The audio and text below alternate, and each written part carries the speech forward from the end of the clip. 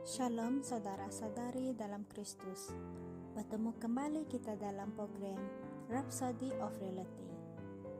Tajuk firman Tuhan yang akan saya kongsikan pada hari ini adalah Bicarakanlah kehidupan.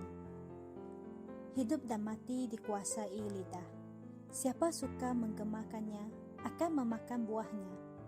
Amsal 18 ayat 21. Bertahun-tahun yang lalu, seorang lelaki datang ke salah satu pertemuan kami dengan istrinya yang lemah dan sakit tenat. Apabila lelaki itu mendapati bahawa saya telah melayani beberapa orang dan sedang bersiap untuk mengakhiri pertemuan itu, dia cuba menarik perhatian saya. Sambil menangis, dia membaringkan istrinya yang terbaring tak berdaya di atas pelanta. Para usher penyambut jemaat cuba menenangkannya, tetapi dia tidak berhenti-henti menangis. Air matanya berlindangan. Apabila saya mendengarnya dan berpaling ke arahnya, saya bertanya, "Apa yang terjadi?" Dia menjawab, "Istriku sedang nazak." Tetapi saya perlu menarik perhatiannya. Dengan tegas saya berkata kepadanya, "Saudara sedang mengatakan perkara yang salah. Jika saudara mengatakan dia sedang nazak, maka itulah yang saudara akan dapat." Kemudian saya bertanya kepadanya, "Apa sebenarnya yang saudara mahu? Adakah saudara mahu istrimu hidup atau mati?" Saya bertegas sikit terhadapnya walaupun keadaannya terdesak. Kemudian dia menjawab, "Saya mahu istriku hidup." Lalu saya mengarahkannya supaya dia meletakkan tangannya ke atas istrinya, memanggil nama istrinya dan memberitahu istrinya untuk hidup dan tidak mati. Apabila dia memanggil nama istrinya dan mengucapkan kata-kata itu, sesuatu berlaku. Hanya beberapa saat selepas itu, wanita yang kelihatan sangat lemah dan sakit itu dan tidak dapat berdiri sendiri, tiba-tiba melompat dengan penuh teruja. Tubuhnya telah menerima kekuatan. Mereka telah memperoleh mujizat. Haleluya. Istri lelaki itu kemungkinan akan mati. Seseorang terpaksa mengajar suaminya apa yang perlu dilakukan dan apa yang perlu dikatakan. Dia harus mengatakan perkara yang betul kerana hidup dan mati dikuasai oleh lidah. Apabila penyakit menyerang tubuhmu, itulah maut yang sedang menyerang tubuhmu.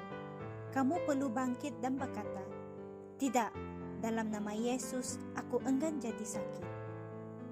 Kamu perlu membicarakan kehidupan kepada tubuhmu, kerana Injil yang kita telah terima adalah Injil kehidupan. Kehidupan telah datang kepada kita. Haleluya.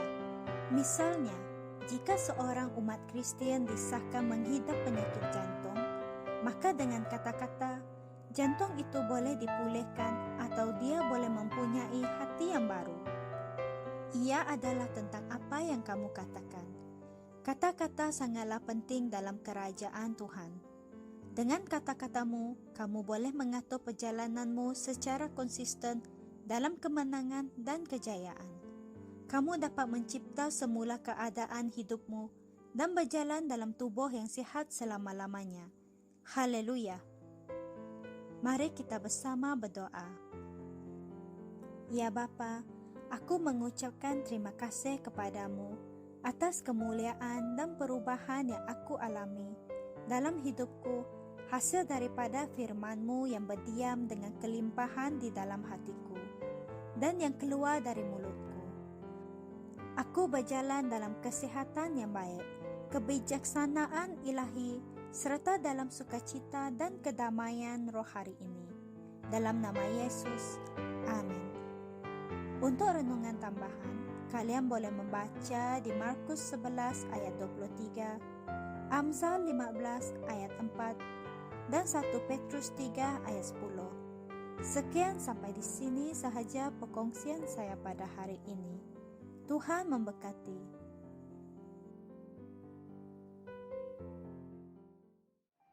Kami percaya saudara-saudari semua telah diberkati dengan perkongsian firman dari Rhapsody Reality. Bagi sesiapa yang ingin menjadikan Yesus Kristus sebagai Tuhan dalam kehidupanmu, kamu boleh mengucapkan doa ini bersama dengan saya.